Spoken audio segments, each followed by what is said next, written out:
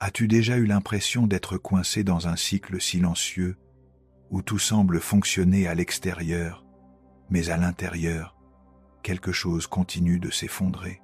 Et si je te disais que la transformation m'est profonde et m'est vraie, ne naît pas d'un beau poste, ni d'une promesse proclamée à voix haute, mais du silence de ton âme, là où personne ne regarde. Aujourd'hui, tu vas découvrir comment sortir de ce chaos intérieur sans avoir à prouver quoi que ce soit à qui que ce soit, et comment la psychologie profonde peut devenir ta plus grande alliée pour tourner cette clé encore cette année. Si tu es fatigué d'essayer de changer et d'échouer, reste avec moi jusqu'à la fin. Ce que tu vas entendre aujourd'hui peut tout changer. As-tu déjà remarqué que plus quelqu'un essaie de prouver qu'il a changé, plus ce changement paraît forcé, presque artificiel? Il y a des gens qui annoncent chaque nouvelle phase dans les stories, chaque nouveau cycle, chaque nouvelle version. Mais ceux qui changent vraiment disparaissent un peu. Ils se retirent. Ils font taire le bruit du monde et réorganisent, dans le silence, leur propre âme. Quand ils réapparaissent, quelque chose a changé dans le regard, dans la voix, dans la présence. Tu le ressens. Cette personne n'est plus la même. Et non pas parce qu'elle l'a dit, mais parce que tu le perçois. Carl Jung avait compris cela bien avant que ces phrases deviennent tendance sur Instagram. Il savait que la vie ne change pas quand on change la couverture du carnet. Elle change quand on a le courage d'ouvrir les pages intérieures, d'affronter les ratures, les tâches, les mots que l'on préférait oublier. Elle change quand on cesse de fuir son désordre intérieur et qu'on commence à organiser avec calme et vérité ce que personne d'autre ne voit. Cette vidéo n'est pas une énième liste de 5 étapes pour être plus productif. C'est une invitation, une plongée, un chemin pour remettre ta vie en ordre de l'intérieur vers l'extérieur, sans transformer ce processus sacré en spectacle. À travers les idées profondes de Jung, comme l'ombre, les rêves et les synchronicités, nous allons comprendre ensemble pourquoi tant de gens vivent dans le chaos sans percevoir que ce chaos, d'abord, on est à l'intérieur. Peut être que tu es dans ce moment-là maintenant. Tu commences et tu ne termines jamais. Tu promets, puis tu te perds. De l'extérieur, tout semble aller bien. Mais à l'intérieur, quelque chose est brisé. Une angoisse silencieuse, une fatigue qui ne passe pas avec des vacances, une sensation de « ça ne devrait pas être comme ça » qui ne disparaît pas. Si c'est ton cas, reste avec moi. Parce qu'aujourd'hui, nous allons parler de la transformation que personne n'enseigne, celle qui commence en silence et change tout. Et le premier point que tu dois comprendre est simple, mais il transforme absolument tout. La transformation la plus puissante ne fait pas de bruit. Elle naît au fond de toi, dans cet endroit que personne ne voit. Respire profondément. Laisse le monde dehors un instant. On commence. Observe une chose. Les plus grands tournants de ta vie ne se sont pas produits quand tu as annoncé à tout le monde ce que tu allais faire. Ils se sont produits dans un moment solitaire, de fatigue, de lucidité, dans un « ça suffit » qui a résonné là, dedans. Ça suffit, je ne veux plus vivre comme ça. C'est là que quelque chose commence vraiment. Jung voyait cela chez ses patients tout le temps. Ceux qui se transformaient vraiment étaient ceux qui travaillaient en silence, sans projecteur, sans besoin de prouver leur évolution, sans transformer leur processus en spectacle. Tu sais pourquoi? Parce que lorsque tu racontes trop ce que tu vas faire, ton cerveau se sent déjà récompensé. Tu reçois les compliments avant même d'avoir fait l'effort. Une partie de toi se relâche. L'impulsion disparaît. Ce qui devait être un recommencement devient une promesse vide. La motivation s'effondre. Et le pire, tu te frustres encore une fois. C'est pour cela que les changements les plus profonds demandent du silence. Ce n'est pas du secret, ce n'est pas de l'orgueil, c'est de la protection. C'est comme si ton âme disait « Laisse-moi faire mûrir cela sans la pression des regards extérieurs. » Parce que la vraie transformation est un pacte entre toi et toi-même, pas entre toi et le fil d'actualité. Quand tu promets au monde, tu gaspilles ton énergie dans la peur de te ridiculiser. Quand tu promets en silence, la seule personne que tu dois affronter, c'est toi-même. Et ça change tout. Parce que là, naît un engagement réel. Jung disait autrement, « Ce qui ne devient pas conscient revient sous forme de destin. » Et lorsque tu choisis de changer en silence, tu sors du mode destin et entres dans le mode décision. Tu cesses d'être poussé par l'opinion des autres et commences à être guidé par ta propre vérité. Si tu veux vraiment remettre ta vie en ordre, vraiment, pas seulement à la surface, essaye ceci. Fais un pacte silencieux avec toi-même. Ne poste pas, n'annonce rien, n'explique rien. Commence simplement, de manière petite, discrète, constante. Et avant d'aller plus loin, laisse-moi te demander quelque chose. Si cette conversation touche déjà quelque chose en toi, soutiens ce type de contenu. Like, abonne-toi.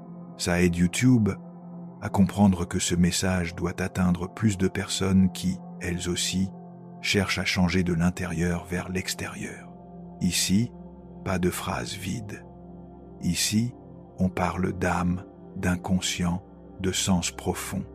Maintenant, passons à l'étape suivante, parce qu'il ne sert à rien de mettre de l'ordre à l'extérieur si celui qui est aux commandes à l'intérieur reste le même.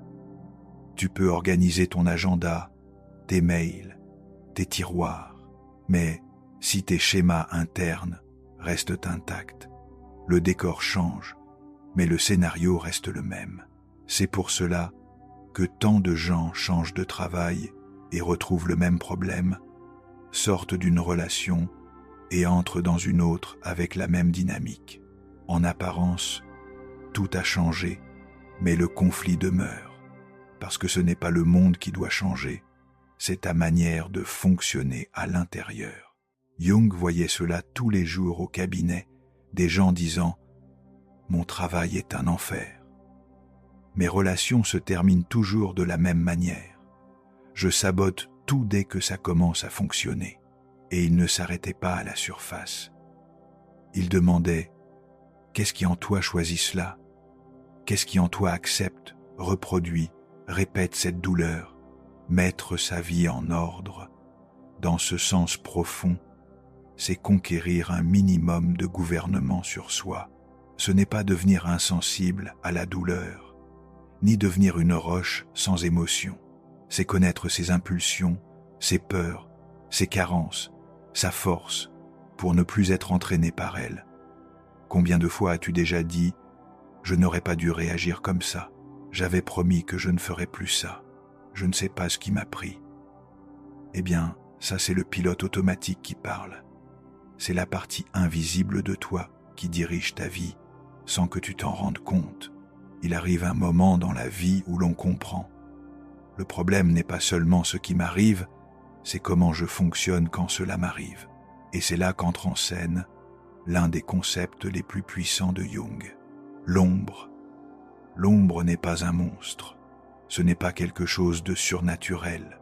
L'ombre, c'est tout ce que tu es, mais que tu as appris à cacher. Ce sont les traits, les émotions et les impulsions qui ont été condamnées autrefois, dans l'enfance, à l'école, dans la religion, dans la culture, et que tu as enfoui sous le tapis pour être accepté, aimé, valorisé. Mais ce que tu caches ne disparaît pas. La colère que tu refuses devient explosion. La sensibilité que tu réprimes devient anxiété. L'ambition que tu renies devient frustration. L'ombre ne s'évanouit pas. Elle agite en coulisses. Et si tu veux vraiment mettre ta vie en ordre, tu dois avoir le courage de descendre dans ce sous-sol, pas pour te détruire, mais pour te connaître.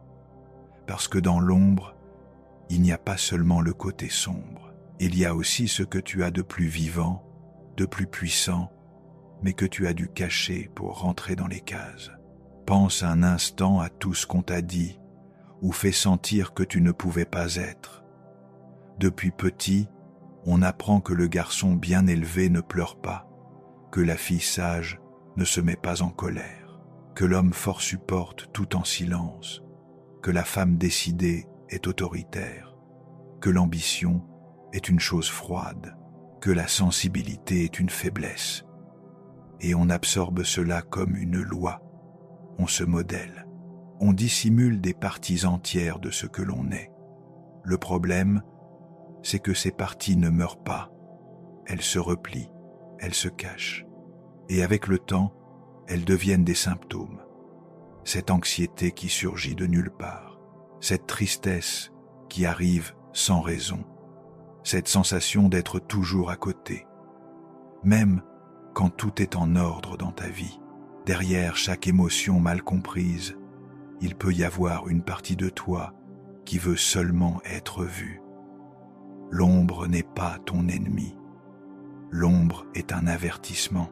C'est elle qui dit « Et moi aussi, je fais partie de toi, et plus encore. » Ce qui t'irrite le plus chez l'autre est souvent exactement ce que tu as réprimé en toi. Le paresseux qui t'exaspère représente, peut, être la partie de toi qui est épuisée, qui voudrait s'arrêter, mais ne se le permet pas. L'arrogant que tu juges reflète, peut, être ta grandeur reniée, celle que tu n'as jamais osé assumer. La personne dramatique qui t'agace exprime, peut, être une émotion que tu as appris à cacher. Jung disait une chose essentielle. Ce qui te dérange excessivement chez les autres est une invitation à regarder en toi et ne crois pas que l'ombre ne garde que des défauts. Non, elle est aussi le réservoir de talents oubliés, de forces étouffées, de désirs légitimes que tu as muselés pour correspondre aux attentes. Peu, as-tu enterré ton audace pour être la fille parfaite? Peu, as-tu tué ton intuition pour paraître rationnelle? Peu, as-tu caché ton éclat par peur de déranger? Et tout cela te réclame. Tôt ou tard, l'âme demande de récupérer ce que tu as nié. Travailler avec l'ombre ne signifie pas se libérer de tout et vivre sans limite.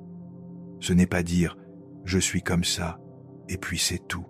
Bien au contraire, c'est amener à la conscience ce qui était refoulé pour pouvoir choisir avec maturité ce que tu veux faire de tout cela. Quand tu intègres ta colère, par exemple, elle ne devient pas violence. Elle devient limite saine, courage, force. Quand tu regardes en face ton besoin de reconnaissance, il ne devient pas dépendance éternelle. Il devient expression vraie, contribution. C'est là que la transformation commence réellement, parce que tu arrêtes de faire semblant de ne pas être qui tu es, et tu commences enfin à vivre avec plus d'intégrité. Maintenant, je veux t'inviter à un exercice simple. Pense à une personne qui t'irrite beaucoup plus qu'elle ne le devrait, celle qui te met hors de toi pour quelque chose d'apparemment insignifiant. Pense-y. Maintenant, demande-toi avec honnêteté, qu'est-ce qui m'agace autant chez cette personne? Et où, même différemment, existe quelque chose de similaire en moi? Pas pour te culpabiliser, mais pour comprendre. Ce type de réflexion est l'une des portes d'entrée les plus puissantes vers ton propre autoconnaissance. Et si tout cela fait sens pour toi, j'aimerais que tu écrives ici, dans les commentaires, une affirmation simple, mais puissante. Je suis prête à regarder mon ombre avec honnêteté. Cela peut sembler peu, mais l'écrire, c'est comme signer un accord avec toi-même. Et surtout, c'est un moyen de montrer à l'algorithme que ce type de conversation compte, qu'elle doit atteindre plus de personnes qui, comme toi, sont prêtes à arrêter de vivre en pilote automatique. Maintenant, parlons d'un ennemi silencieux qui naît justement de cette ombre refoulée, l'auto-sabotage. Tu as déjà vécu ça? tout allait bien. La relation avançait, le travail fluait, un projet prenait forme, et soudain, tu fais quelque chose de totalement irrationnel. Tu dis ce qu'il ne fallait pas dire, tu disparais sans explication, tu procrastines ce qui était important, tu oublies un détail crucial. Et ensuite, cette pensée arrive. Pourquoi j'ai fait ça? Je ne sais pas ce qui m'a pris. Exactement. Et Jung parlait précisément de cela. Pour lui, ce n'était presque jamais un manque de volonté ou de chance. C'est l'inconscient qui essaie de s'exprimer. C'est la partie de toi qui a été ignorée, enterrée, étouffée, qui crie pour exister. Quand tu ne reconnais pas tes émotions, tes peurs, tes douleurs et même tes désirs, cette énergie ne disparaît pas. Elle cherche simplement une forme, n'importe laquelle, pour se manifester. Si tu as grandi en croyant que la colère est mauvaise, tu peux exploser exactement avec ceux que tu aimes le plus, au moment où tu es sur le point d'accomplir quelque chose d'important. Si on t'a appris que tu ne mérites pas grand-chose, tu peux te saboter juste avant la victoire. Si tu as appris que briller est dangereux, dès que tu commences à réussir, une partie de toi tire le frein à main. Et de l'extérieur, qu'est-ce qui apparaît?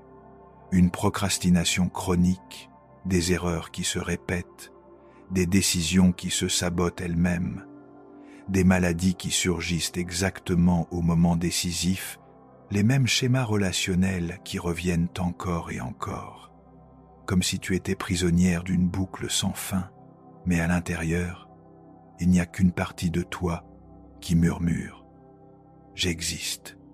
Écoute-moi, la plupart des personnes réagissent en essayant d'être plus fortes. Elles se critiquent, elles se jugent, elles se maltraitent. Je suis un échec. Je gâche tout. Je n'ai vraiment aucun talent. Et c'est exactement cela qui renforce le cycle, parce que cela augmente la culpabilité. Et la culpabilité est le carburant de l'autosabotage. La sortie, ce n'est pas de t'attaquer toi-même. La sortie, c'est de découvrir qui, en toi, sabote le jeu.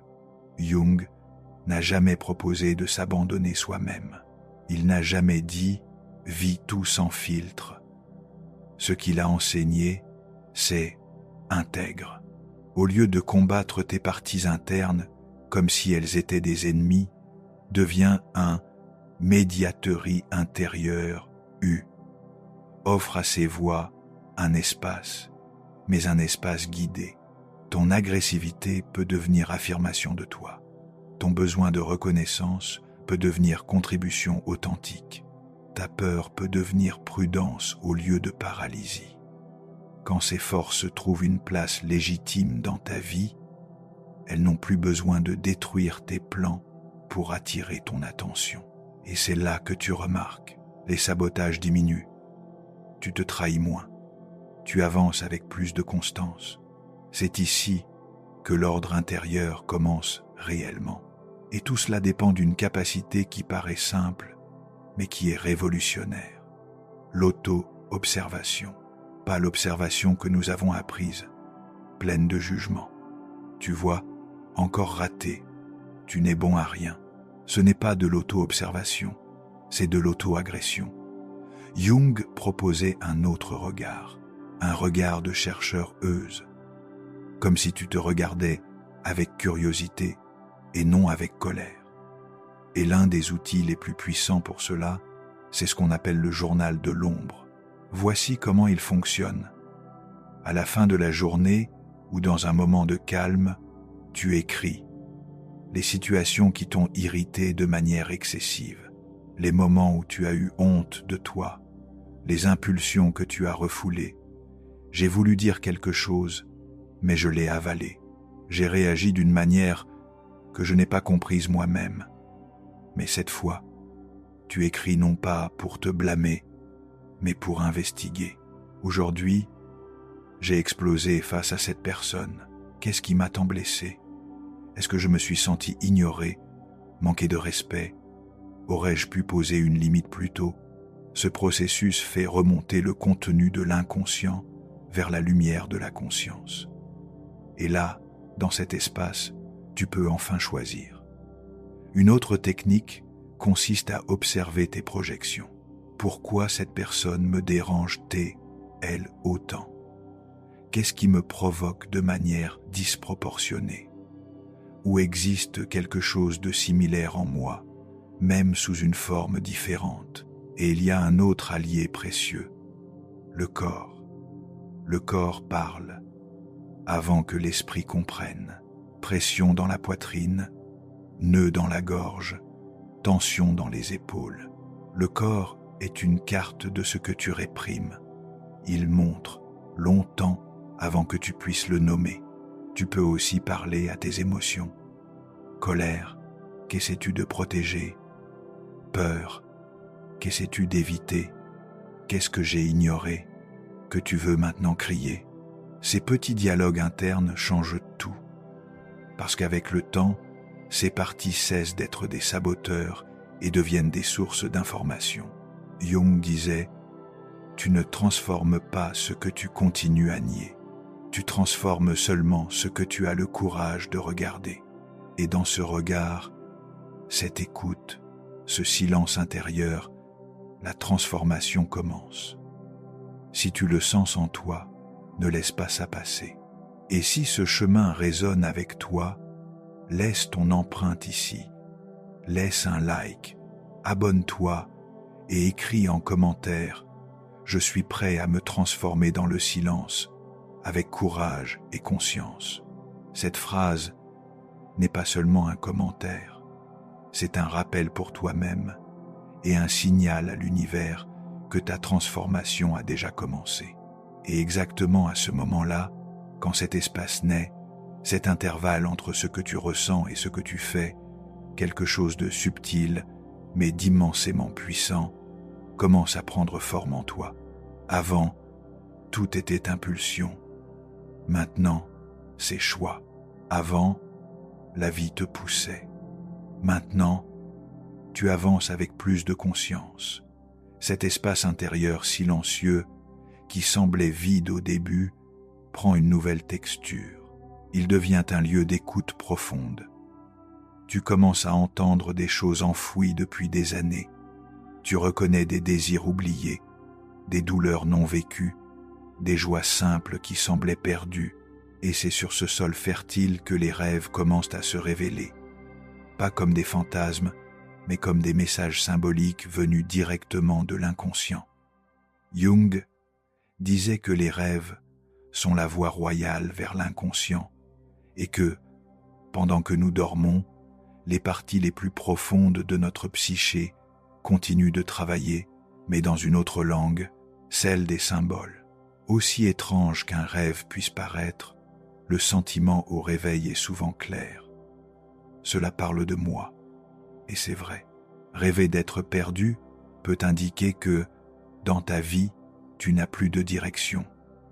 Rêver d'être nu en public peut révéler une peur de la vulnérabilité et de l'authenticité. Vouloir parler en rêve, mais aucun son ne sort, peut symboliser tout ce que tu avales dans ton quotidien. Et l'inconscient ne laisse rien passer. Il enregistre, il signale, il pousse. Jung observait quelque chose de fascinant. Souvent, les rêves compensent ce que nous vivons dans la journée. Si tu es contrôlé, adapté, rationnel pendant la journée, tu peux pleurer, crier, tout détruire en rêve. Si tu te montres fortiche dans la vie réelle, tu peux supplier de l'aide en rêve, exprimer une douleur profonde qui n'a pas de place dans ton état d'éveil, comme si l'inconscient disait « Tu exagères dans un pôle, laisse-moi te montrer l'autre ». C'est pour cela qu'une pratique très simple et précieuse est de garder un carnet de rêves à côté du lit. Pas besoin de tout comprendre sur le moment. Note seulement un morceau, une image, une phrase. Avec le temps, tu vas commencer à remarquer des motifs.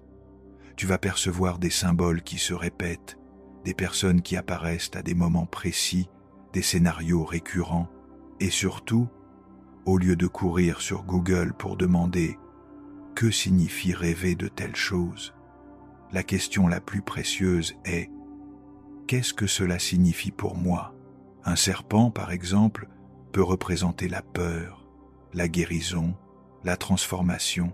Cela dépend de toi, de ce que tu as vécu, de ce que ce symbole porte dans ton histoire.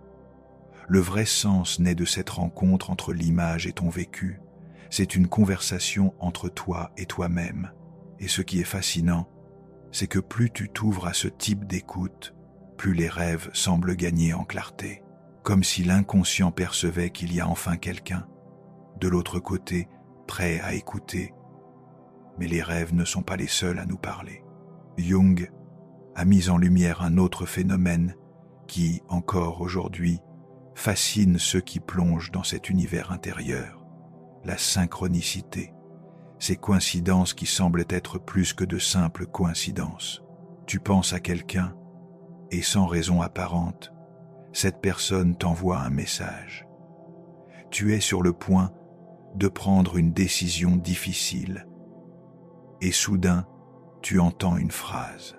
Tu ouvres un livre, tu regardes une vidéo qui semble répondre exactement à ce que tu vis.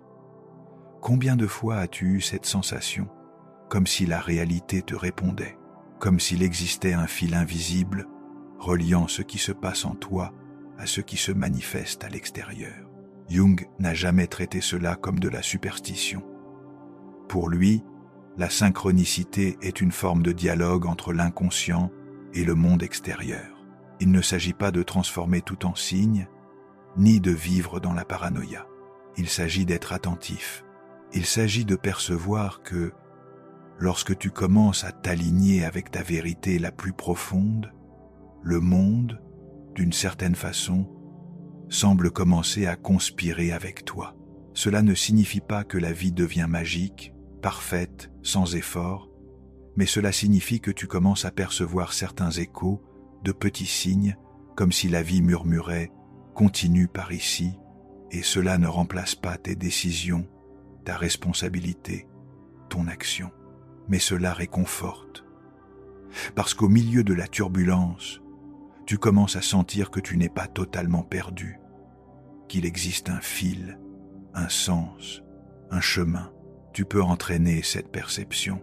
Un exercice simple est de tenir aussi un journal de synchronicité. Note les coïncidences qui t'ont marqué, les phrases qui t'ont trouvé au moment exact, les personnes qui sont réapparues soudainement et t'ont apporté des réponses. Avec le temps, tu vas commencer à voir des motifs. Tu vas remarquer que ces synchronicités augmentent lorsque tu es en mouvement intérieur, lorsque tu es plus connecté à toi-même, et diminuent lorsque tu t'éloignes, lorsque tu es déconnecté de ton centre. Cette perception demande aussi de la présence, et la présence se construit dans le silence. C'est pourquoi, plus tu apprends à te retirer, non pas comme fuite, mais comme enracinement, plus tu deviens fort. Pas fort comme quelqu'un qui se durcit, fort comme quelqu'un qui se connaît, fort comme quelqu'un qui reste aligné, même quand le monde tourne de travers à l'extérieur. Et c'est précisément ce chemin que Jung appelait l'individuation, le processus de devenir qui tu es vraiment, pas ce que le monde attend, pas ce que ta famille a modelé, pas le personnage que tu as appris à jouer pour survivre, mais toi, complet, avec lumière et ombre, avec force et fragilité, avec puissance et doute, avec tout. Ce processus n'est pas une ligne droite et il n'a pas de fin. Parfois il est lent, parfois intense, mais il est toujours vivant. Et peu à peu, sans bruit, tu commences à percevoir les changements. Tu ressens encore la peur, mais la peur ne commande plus tout. Tu fais encore des erreurs, mais tu ne te détruis plus pour chaque erreur. Tu apprends, tu ressens encore la douleur, mais tu ne transformes plus chaque douleur en tragédie éternelle. Tu accueilles, tu élaboras, tu avances et tes relations changent. Pas parce que tu coupes tout le monde, mais parce que tu arrêtes de te tordre pour entrer dans des endroits qui exigent que tu te trahisses. Tu commences à tolérer moins ce qui te blesse, non pas parce que tu es devenu intolérant, mais parce que tu reconnais maintenant ta valeur. Tolérer moins, ce n'est pas exploser plus, c'est ajuster plus tôt, c'est dire non avec plus de clarté, c'est préserver ce que tu as de plus précieux, ta paix. Ton concept de réussite change aussi. Il cesse d'être lié à l'obtention de choses et devient lié à la cohérence intérieure. La réussite devient quelque chose de plus profond, être capable de te regarder dans le miroir avec vérité, de soutenir ton essence même quand tout autour demande que tu te trahisses. La réussite devient sentir que, même lorsque tout le monde désapprouve, tu es en accord avec ce que tu ressens à l'intérieur. Et, curieusement, quand l'intérieur s'aligne, l'extérieur commence à suivre, pas de manière magique, sans effort, mais de manière cohérente. Tu commences à mieux choisir où placer ton énergie. Tu commences à attirer des personnes plus compatibles avec ce que tu es réellement. Tu n'as plus besoin de performer une version éditée de toi-même. Tu peux simplement être, et cela libère. À ce stade, le silence prend un autre sens. Il n'est plus absence. Il devient fondation, nourriture, espace sacré. Tu te retires non pour disparaître, mais pour te renforcer. Tu t'écoutes non pour t'isoler, mais pour te connecter au monde d'une manière plus entière. Et au fur et à mesure que tu avances dans ce processus silencieux de transformation, tout autour de toi commence à se réorganiser. Non pas parce que le monde a changé, mais parce que tu ne le regardes plus avec les mêmes yeux. Les mêmes situations ne te dominent plus, les mêmes schémas ne t'enferment plus.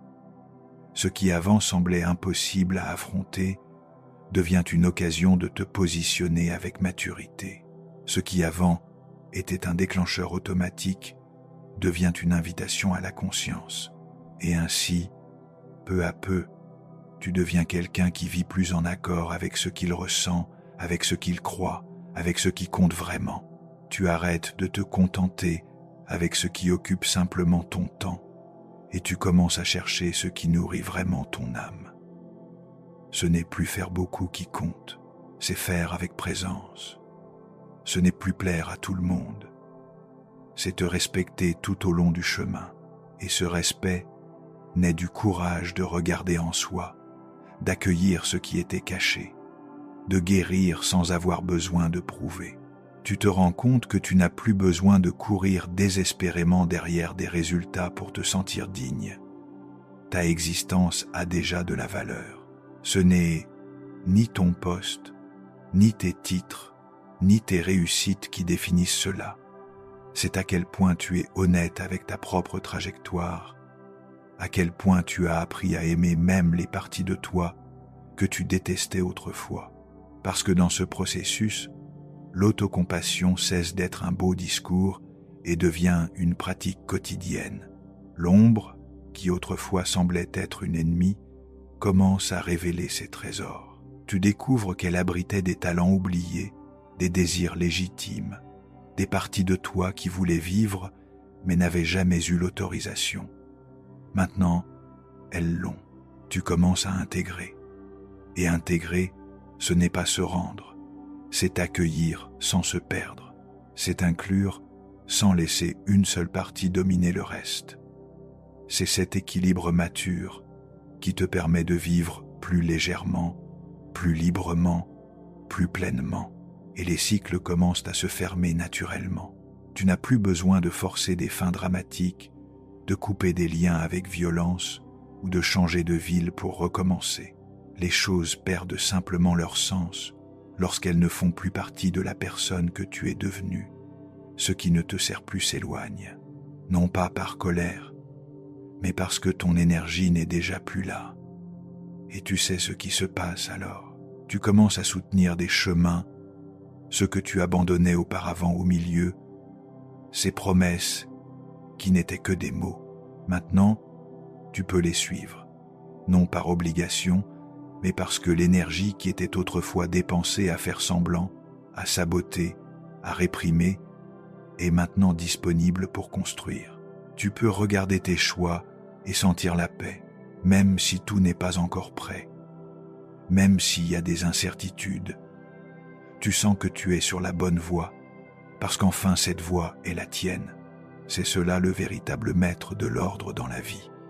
Ce n'est pas aligner des tiroirs, ni organiser des tableaux colorés. C'est aligner l'âme. C'est avoir le courage de descendre au sous-sol, de nettoyer le désordre émotionnel, de regarder ce qui a été balayé sous le tapis pendant des années. C'est décider, en silence, d'être entier. Et à ce stade, ce qui était un chemin solitaire commence à devenir quelque chose de sacré. Tu comprends que le silence n'est pas absence de son, c'est présence de sens. Que vivre avec vérité fait parfois mal, oui, mais cela fait beaucoup moins mal que de prétendre être quelqu'un que tu n'es pas. Et qu'au fond, la transformation réelle est comme une racine. Elle pousse d'abord vers le bas, elle s'enfonce dans l'invisible avant d'apparaître en fleurs. Alors, lorsque tout te semble trop immobile, trop silencieux, trop sombre, respire. Peut être que ton âme est en train de se préparer à fleurir, et quand elle fleurira, tu n'auras rien à annoncer. Ceux qui te rencontreront sauront.